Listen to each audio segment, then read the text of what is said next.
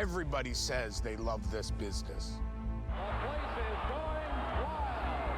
Angela Mosca has realized a dream. Until it takes something from them. We've done it all. We've bled, we've sweat, and we've paid the price. For some, this is legacy. For others, When you get someone like me who ain't afraid to die. it's survival. What does it cost to chase something you love? Frank Tunney is without a doubt one of the greatest wrestling promoters to ever sign a wrestling match. For decades, Canada helped shape professional wrestling. Now, a new generation steps forward. It's time to reignite the flame of a wrestling dynasty. This is Maple Leaf Pro Wrestling. Not to relive the past, We are going back to the future with a return of a Canadian institution. to fight for what comes next. The crowd on its feet, standing in awe. Thank you for making this happen. Where else are you going to see it? Only at Maple Leaf Pro Wrestling. What the mayhem! This is Maple Leaf Pro Wrestling. Welcome to Mayhem. Don't you dare miss it. And we welcome you to a very special edition of This is Wrestling. Lee Versage, Zach McGibbon with you, and the premiere episode, Epi 1, as the kids say, Zach, Maple Leaf Pro Wrestling on TSN, a Canadian national wrestling brand, aired for the very first time this week. And we are here to talk about it. How are you? And the excitement level, honestly, for me, is palpable about just having something that we can call our own in this country that's going to be broadcast across the country. And independent wrestlers, you are huge into the independent scene. You are the voice of a couple of independents here in the Ottawa area. A lot of opportunities, Zach, that Maple Leaf Pro Wrestling opens up for the wrestling scene in this country. Absolutely. Yeah. I very much was looking forward to this when it was announced. There was a lot of talk about Maple Leaf Pro Wrestling, the Scott D'Amore promotion, when it was announced. And there had been rumors for a while at that point that they were looking for some sort of a national TV deal. They end up going to TSN, home of AEW as well. And a lot of hype around here. I could tell you from the local independent wrestlers of watching Maple Leaf Pro Wrestling, being able to say that there is a Canadian pro wrestling promotion, as you mentioned, that is on a national television show in Canada. So there's a lot of excitement, and I was looking forward to seeing what they were going to do on the first episode, how they were going to approach the first episode, how they were going to promote themselves. There was a lot that I was looking forward to, and I'm excited to talk about it here on this episode.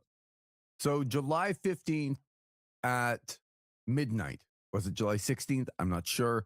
The problem is at midnight, it's both days.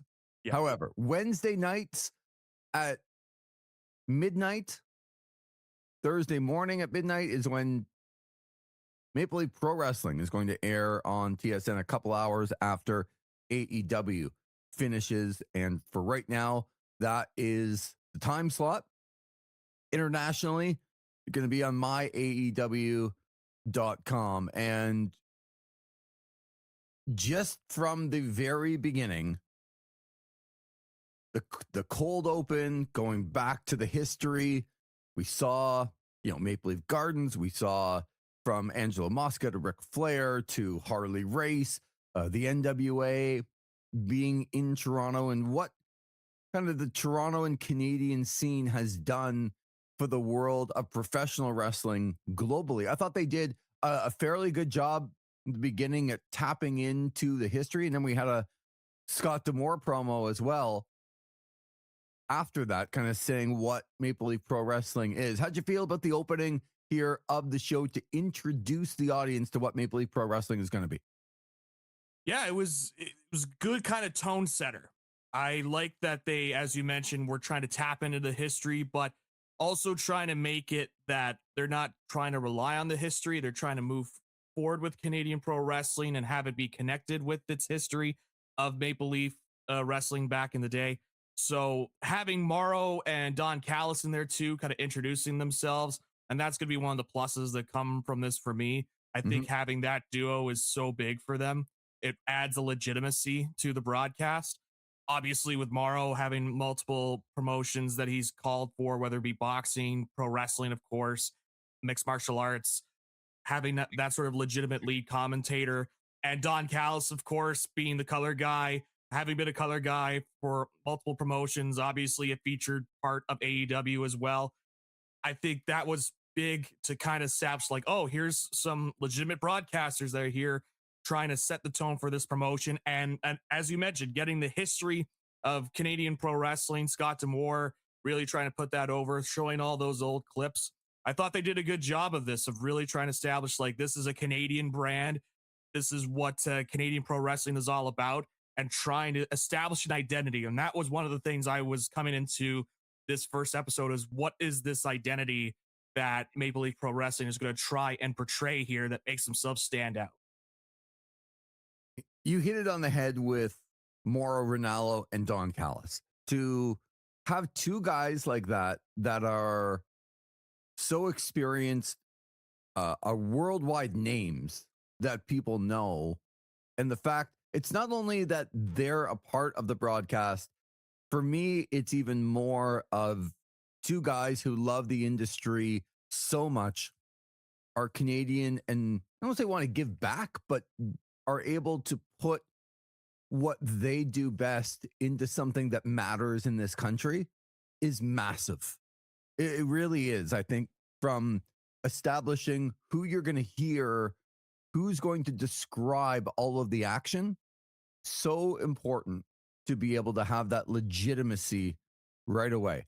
Very good to me to have them stand in the middle of the ring and open the show and say, we are the people that you're going to hear. I thought that was well done from Maple Leaf Pro Wrestling to be able to establish those guys right away. Now, I'm sure that you noticed right away, before we even get to the first match, the interim MLP championship match between Stu Grayson and Jonathan Gresham, just the production and the way that it looked. The fans, St. Clair College in Windsor. What did you think of the look right away? First gut instinct, like what was it watching the opening here? Production wise, there were some elements that were very good, and then elements that when I was watching, is like, that could have been a little bit better. And I take it back to one of the things I did like. They showed Jonathan Gresham coming from the back and then coming through the entrance. That was something different that I kind of liked. And but there was other times when Stu Grayson was making his entrance, he's coming up into the crowd like they're trying to do this big, like, we're here sort of deal. Finally, we're on TSN, and I'm in the crowd, and I'm the champ, and I'm here with the people, right? And the camera's kind of looking up, and you could tell that they have like a background up, but you also see like part of the college in the background as well. There was kind of a inconsistency there that was kind of prominent for me when I saw it. I was like, I would have tried to shot that a little bit differently. But in terms of the set, in terms of the way the crowd was kind of laid out, I thought there were good elements here. It kind of showed the size of the promotion. Like, this wasn't a big arena or anything like that, but there was people in the crowd. They were making noise. You could hear it. And another production thing that I will mention that was kind of throughout the show, at least for me, I watched the My AEW watching of this. I don't know if this was the same on TSN, but I felt the commentary audio was pretty low on this show. And the mix was kind of off, where I don't mind hearing the ring and hearing the wrestlers like get the moves and not having the commentary be so prominent, but it was so soft for me where I was like, oh, this is, I kind of need to hear Morrow and Don Callis a little bit more. So that was at least from my viewing on the MyEW replay. So I did watch on TSN, and it's a note that I wrote down as well. So just to go back to your point about the size of the promotion, I think it's okay to be this little engine that could, I don't want to compare it to something, but it felt, because it was at St. Clair College, it felt very Full Sail University to me. With the crowd cheering, and I get it. Like, it's your first show. You need people enthusiastic. You need, all the signs and, I don't want to say the fake signs, but the MLP, like literally a guy just, DSN. a guy had a sign with a white Bristol board with black marker, MLP. Yeah. Like, all right.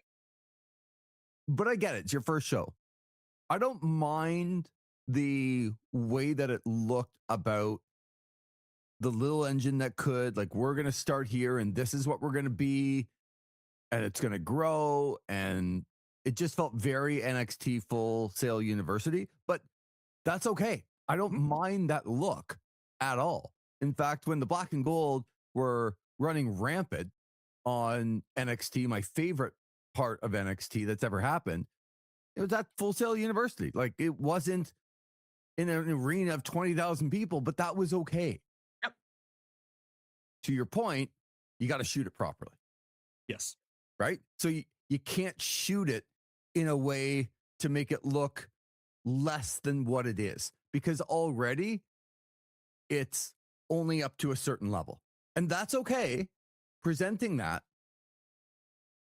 But if you don't shoot that properly, man, it goes down even more. So first episode, you can give them some breaks for sure, but they've had a long time. I mean, they taped this back in June. A month ago.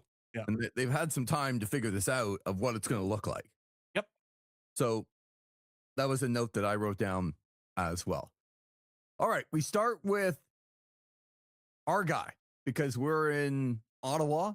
Well, you're in Belleville, but you call a lot of stuff in Ottawa, and Ottawa is at least well, I don't know, Zach. You don't brag about living in Belleville anyway. So Ottawa is one of your towns, and I'm in Ottawa. So Stu Grayson, owner of the Keep, we know how involved he is in independent wrestling here in Ottawa, both as a teacher and a wrestler. He's the champion going up against Jonathan Gresham. I wonder if Jonathan can pull his tights up any higher. Right. Yes. So, but the first match, I'm eager to hear what you thought of two guys that you like a lot. Yeah, I was big fans of both these guys, and this is kind of one of those. And plus, with it airing at midnight, totally understand this decision. You just get your big match first, and what people are tuning in for, and in this case, the interim Canadian Championship. So, match itself, I thought this was, it came across for me as a very much a TV main event match. And what I mean by that is, like, it was good, solid wrestling, didn't really blow my socks off. They had some good transitions on some of the holds, and they built up to a good end, but it was very, to me, like a TV main event. And that's not a bad thing. That's more of a style of match that they kind of approached this with. Work was good. Gresham was very much playing to the crowd a lot in this. Like, even before the entrance, he saw like a grandma and was trying to I was like, that's what we need in pro wrestling to get, is the grandmas in the front row booing the heels or whatever, like getting involved in the matches. So what I saw is like, yes, there you go. Especially if you're going to tap into the history of old Canadian wrestling. But the match itself, I thought was good. It didn't blow me away or anything like that. But it was something to kind of set the tone of, here's our guy. He's Canadian. He's the interim champion, and he's beating this established name in Jonathan Gresham, who's been a world champ. That's what Morrow did a really good job of too. Is like, oh, Gresham's been a world champion in all these different promotions. He's one of the best technical wrestlers. It's establishing, hey, here's our Canadian champion who is Canadian, and he's beaten, one of the top wrestlers in the world in this opening main event to show, hey, this is what Maple Leaf Pro Wrestling is all about.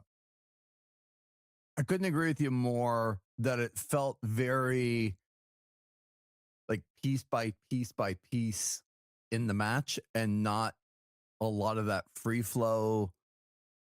Like, I'm okay with the first 5 minutes of a match like that. And I know it's a TV kind of main event that's airing first, but it's still your big match. I still would like to see a little bit more free flow of, hey, these guys are just going and they're not, you can see the pieces just, okay, we got to get to column B and column C, and then we're going to finish with column, D and E. And okay. Like, I know how good these guys are. So Stu Grayson, I have so much respect for, and I'm glad, with Josh Alexander being out, and that's why there's an interim MLP champion, because Josh Alexander, the champion, not available and hurt. I have so much respect for what Stu Grayson has done. I feel like it's kind of hard for him to warm up to the crowd. Just not the best communicator that they have. And I wonder how to get him over as a baby face that doesn't really talk. And it's not like he was going up like Jonathan Gresham. Yeah, he's the heel. But nobody watching Jonathan Gresham thinks like, oh, this dastardly heel. They think, oh man, he's awesome. Like, he's a great technical wrestler. And yeah, he's going to boo a grandma or whatever. Like, right. But I don't look at Jonathan Gresham as anything more than, man, this guy's really good in the ring. Whether he's leaning towards babyface or leaning towards heel, he's just really good. And then you have a champion who, yes, he's Canadian and he's done so much in this country. But to me, the way that they were putting over Jonathan Gresham, I would have liked them to put over Stu Grayson even more, because Stu can't do that on his own. It's not a full criticism of him. It's just, hey, this is what he is. Yep. So I need the announcers to put him over so much that by the end, I know why he's this Canadian favorite that everybody gravitates to. I was missing that a little bit in this match. Yeah, Stu's promos has always been something that I think could be better. He's always had to kind of go in and utilize his in-ring ability, which he's got quite. And I think in your talk about how do you get the guy over, sometimes in some cases, if the guy's just a really good, like, elite level pro wrestler, you just let them rely on let their wrestling do the talking in the most simplest of terms.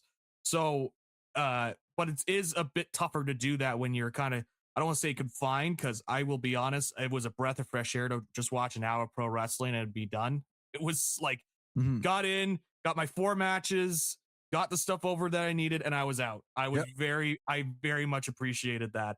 But at the same time, when you have somebody that you're trying to get over initially, and the guy is a very good wrestler, you also want to make sure you have that time for him in the ring to kind of get over. So it's going to be an interesting balancing act moving forward, how they do that. So the next thing they did after this match, Stu Grayson defeating Jonathan Gresham, was that they had 2 back-to-back promos. They had one from Rohan Raja, and they had one from Giselle Shaw. Zach, neither time did they, and I rewound it on the PVR, because this is what I do. Love to go back and go, I think this happened, but I'm not sure, so I'm going to go back and watch it again. Literally, the match ends, and they go back to Rohan Raja backstage with his valet or whoever he's with. Yep. At 0 time did they tell you who Rohan Raja was. He never mentioned his name. They didn't put a graphic up. I knew who he was, but I'm trying to look at this through, a bunch of my friends that go, oh, Maple Leaf Pro Wrestling, Canadian. Like, I don't know anything about it, but I'm in. Yeah. So they're watching it. And how do you even describe, like, Rohan Raja is now the #1 challenger, you think? And he does this promo, and he kind of does it, I don't want to say off the cuff, but he makes it feel very real in the first 30 seconds. And after, he's just doing this poem. And it's like, what are you doing right now? What are you doing? You were in this free flow. It was good. And then you started doing all this rhyming promo stuff. And there's no graphic. He's never told you who he is. Not even once. Like, I'm Rohan Raja. No graphic, nothing. And you had no idea who this guy was. And they go to Giselle Shaw. And again, I know who Giselle Shaw is, but this is an introductory show to the public who doesn't know who you are. Not once did they put up a graphic. This is Giselle Shaw, the champion. I'm like, guys, come on. Yeah. Like, I think the biggest one for me was not even just those two promo videos. It's the other promo video they showed teasing one of the wrestlers coming up. And Psycho Mike. yes. I knew it was Psycho Mike. Right. But if you're looking, but if you're watching this, there was not any graphic of Psycho Mike. It was just this kid Mike. Like they did this promo where he's interviewing their second grade teacher, and it's like we all knew that Mike was this, you know, special kid or whatever. Like he always had this like interesting mindset, and it showed all these like old pictures of like kid Mike with his eyes like bulging out, trying to show. And I'm watching this, and if I know who Psycho Mike is, but I'm watching this like, man, if I'm a new viewer, this Mike character, like, I don't know who this, I just know this guy's name is Mike. Yep. This is all just kind of weird to me. This is kind of a little off-putting, if anything. And that's another thing that they were trying to do. There was a lot of promo videos in this because they're trying to introduce people on this first episode. Which I don't like, all mind. right, this is who this is, and this who this. I don't mind the promo videos. And I get that you probably are overdoing it on the first episode. You have to tell people who they are. Oh, There yeah. are 3 of them. And I was going to get to the Psycho Mike one later but right away after the first match, they did back-to-back promos. I'm like, I have no idea who those people are. I mean, I do, but like most of the people have no idea. And you didn't tell them who they are. Yeah. Can't do it. So then you have Gamma Singh Jr. in the ring calling out, and I'm the second generational wrestler. And for me, the Great Gamma Stampede Wrestling, like I'm in. So I'm watching this, and he's going to call somebody out. And I don't know who he's going to call out, but I'm like, I'm behind this guy. And he's probably going to get his ass kicked, but I'm behind this guy. You can just feel he's going to get his ass kicked. Zach. So this is I want to, and we're going to talk about what a couple other people on the show. I really liked a couple other people on the show, but you did a really good job at the beginning at going back to the history, but saying we now need to move forward. Couple of promos. Then you have your champion, Stu Grayson, Jonathan Gresham. It's a good wrestling match. Yep. Like you're not going back to the history. You're not just going to bring in all the old folk. You're going to, okay, here's the history, but here's where we're going. And I'm on board. As a Canadian wrestling fan, I'm on board. And you bring out Rhino for a squash match against Gamma Singh Jr. And Zach, I just had a tough time with it because Rhino's never been great. I know he's had a big history in Canadian wrestling, but he's not Canadian. And this is a guy that I guess I'll ask you, why do you think they did a squash match with a guy that literally was, 25, 30 years ago? Like when did Rhino? I mean, ECW, probably ECW 2000 was his highest. And right, was his highest. Yeah. But he was around a bit before that. So it's been almost 30 years. And this is nothing against Rhino and where he is in his life. It's about the decision to bring him out to do this. And I'm like, no, this is not the direction you want to go. This is a bit off-putting for me. Yeah, it was odd. It was, I like the Gamma Singh Jr. Thing as well. Now it's kind of sudden how they got to him, but I like the idea of it because, again, the wrestling connection. Oh, here's a second generation wrestler, and absolutely you would want him on the show, and then doing something like that. But that's a point in my mind where you want to try and showcase a new guy. If you're going to do a squash match, it's like, whoa, this guy just beat this guy, and blah blah blah, and it's like, okay, look at all this new talent. But I think it's a trap that a lot of wrestling promoters get caught in. It's like, oh, Rhino's a name. People know who Rhino is, and like that'll help legitimize our TV if we have Rhino on our, you know what I mean? Like, they get themselves caught up in this. Is like, yes, Rhino's a name, but he was a name 20 years ago, right? Or, this person was a name this many years ago.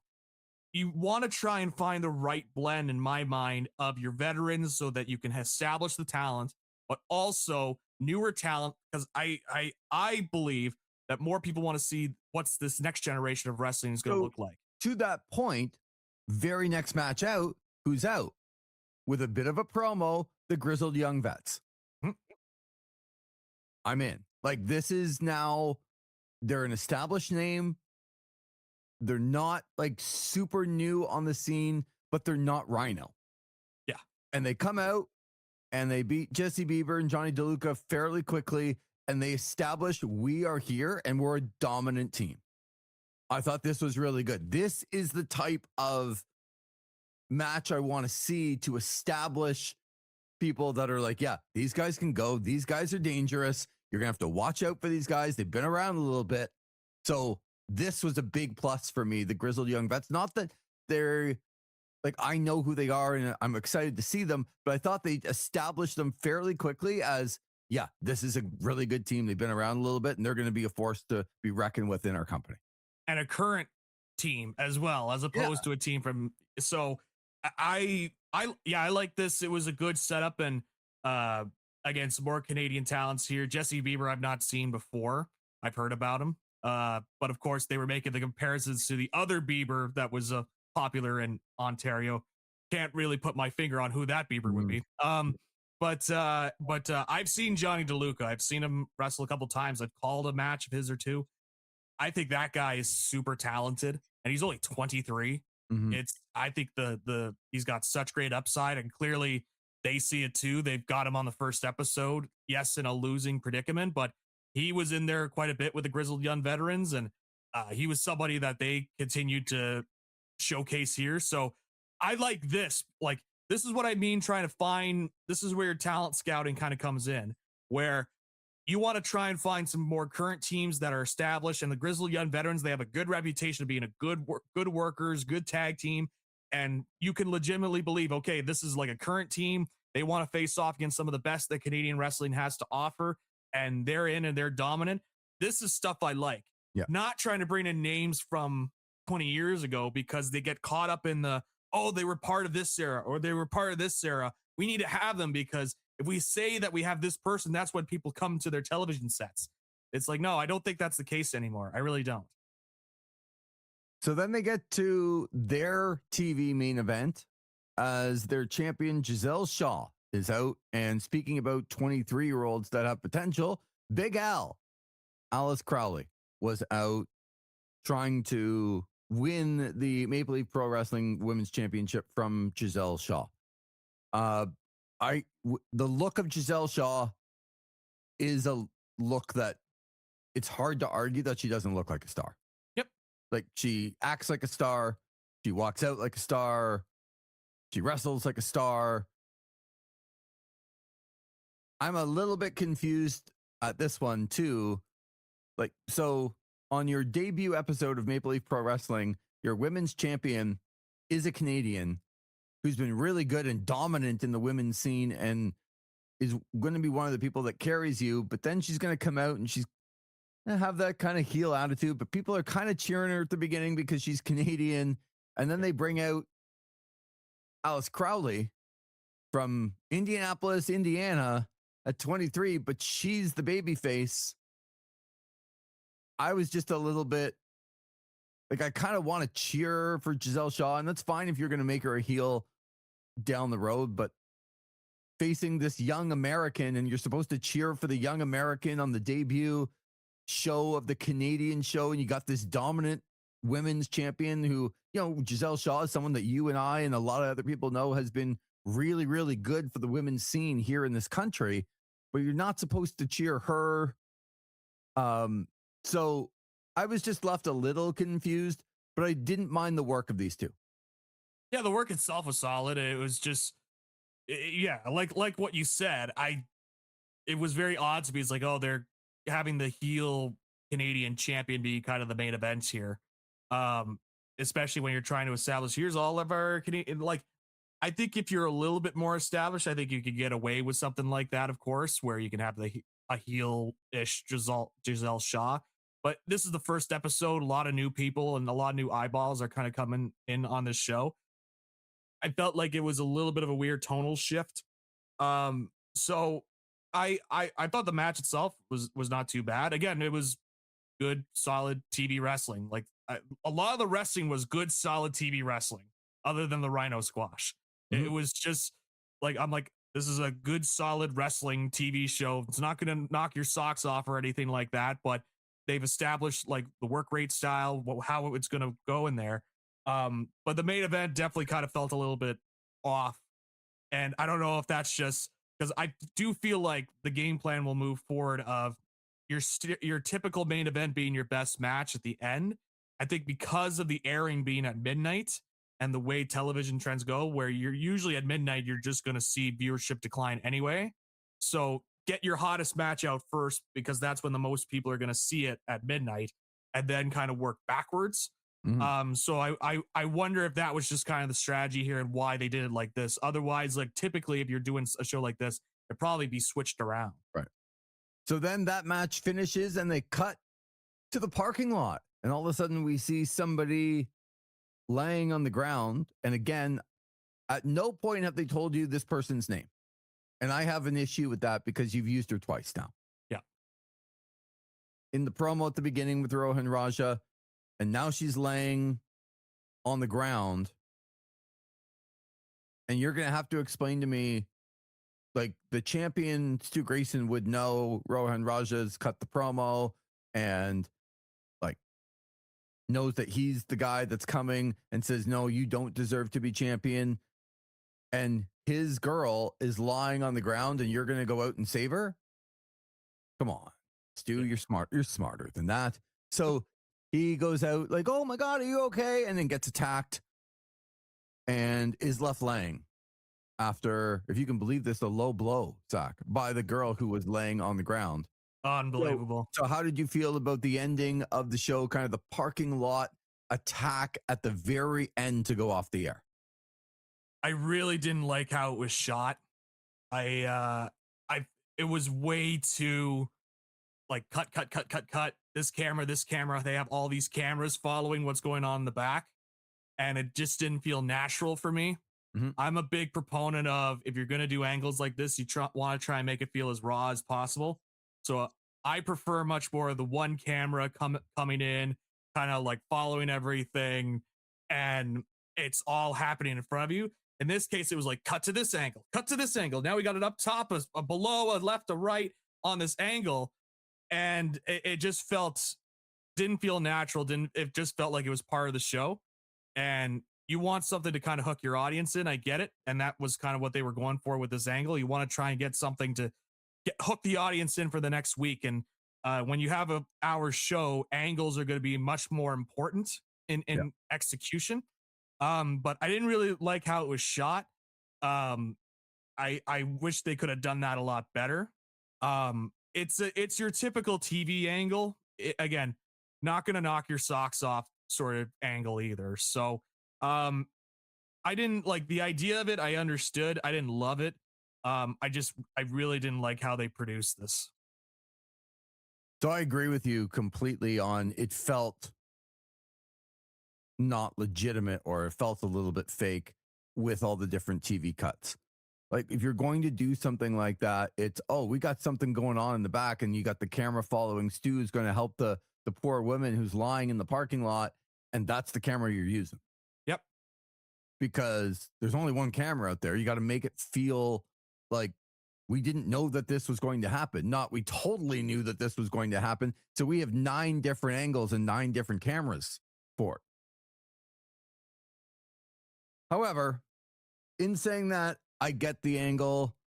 I would have liked to have seen some sort of tease from Rohan Raja coming up to Stu saying, like, you better be careful. Like, I'm looking for you. You better have your head on a swivel, that kind of thing. And then all of a sudden, bam, in the parking lot, he didn't have his head on a swivel and gone. I would have liked to have seen it done a little bit differently, but I do understand the establishment of somebody else going after the title. After Jonathan Gresham was the first match, you need to establish what is going to happen next. So the idea of going to somebody else and making sure that the audience knows that this is the next guy in line, yes, you have to do that. And they did that. Yep. So I will give them some credit. So overall, for me, I thought that this was a good first show. It wasn't a great first show, but it did enough for me to go, the production, while we might be being a little bit picky, it can get better, but it was good. Yep. For me, Mauro Ranallo and Don Callis being out there completely legitimizes this thing. Like the one thing, and look, their look of the ring with the crowd, like a decent crowd, when they shot it properly, was a good look. It looked kind of well produced. It didn't look like super amateur hour to me. Mm-hmm. And that's important look. That was the second biggest thing for me when they shot it properly.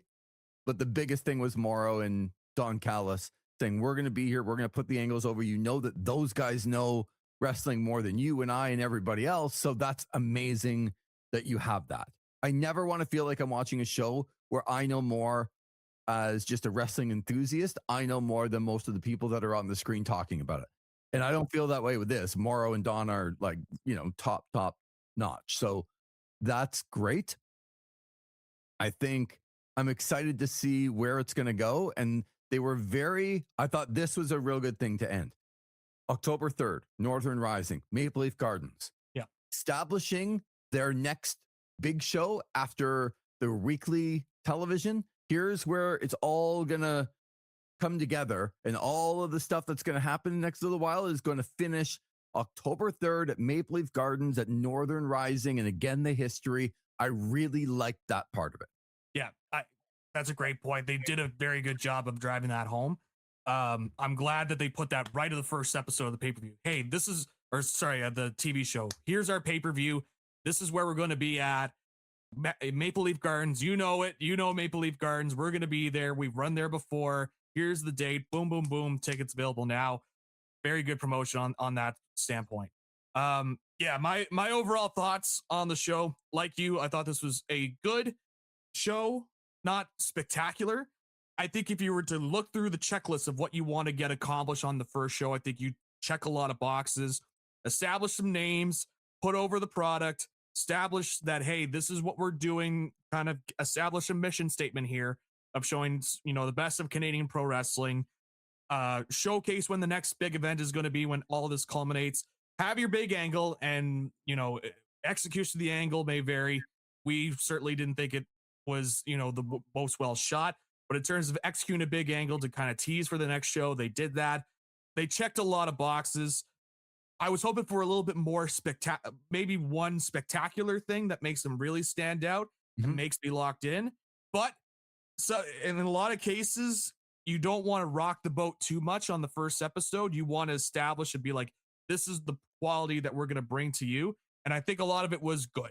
And I very much appreciated the hour runtime. I know they would probably want more time, but considering the amount of TV wrestling that we watch and all the wrestling that we watch, I very much appreciated the 1 hour runtime. And it makes it to where they have to get stuff done more impactfully and get to the point much more, which I appreciated. So overall, a good episode. Obviously, we'll be watching next week. They introduced a lot of guys. They introduced the tag team champions in a promo video as well. And, am I looking forward to Johnny TV being on my TV? Not really, especially that skit that they showed with him going through the M&Ms. Like, not this one, not this one. I was like, I not really feeling that. But in terms of like showcasing, there's, all this Canadian wrestling, all this Canadian talent. Here's what we're putting forward. Here's the look of the show. I thought it was a good first episode. So you're right. Just to be able to go back a tiny bit, Sheldon Jean, Brent Banks, the First Faction, I thought they came across really well. They did a good promo. We haven't seen them in the ring yet, but that's what I want as a wrestling fan. I want the young stars. Hey, did you know that these guys were good? They're really good. And we're going to show you that they're really good. Yep. Excellent work. Yeah. Well, I really like that promo video too. Yeah. Sheldon, Brent Banks, Bryce Hanson's the other guy in that faction. I've not seen Bryce Hanson, but I've heard a lot of good things about him. So again, that stuff, I was like, I'm in. Like, showcase me some of those guys. Right. So we'll be here each and every week talking about Maple Leaf Pro Wrestling. And right now, leading up to October 3rd, Northern Rising at Maple Leaf Gardens in Toronto. By the way, same night, the Ottawa Senators open up the NHL schedule in Toronto against the Maple Leafs down the street. Very, very interesting. So that is episode 1 in the books. Again, we're going to be here each and every week. Hope you enjoyed the week 1 recap of Maple Leaf Pro Wrestling here on This Is Wrestling.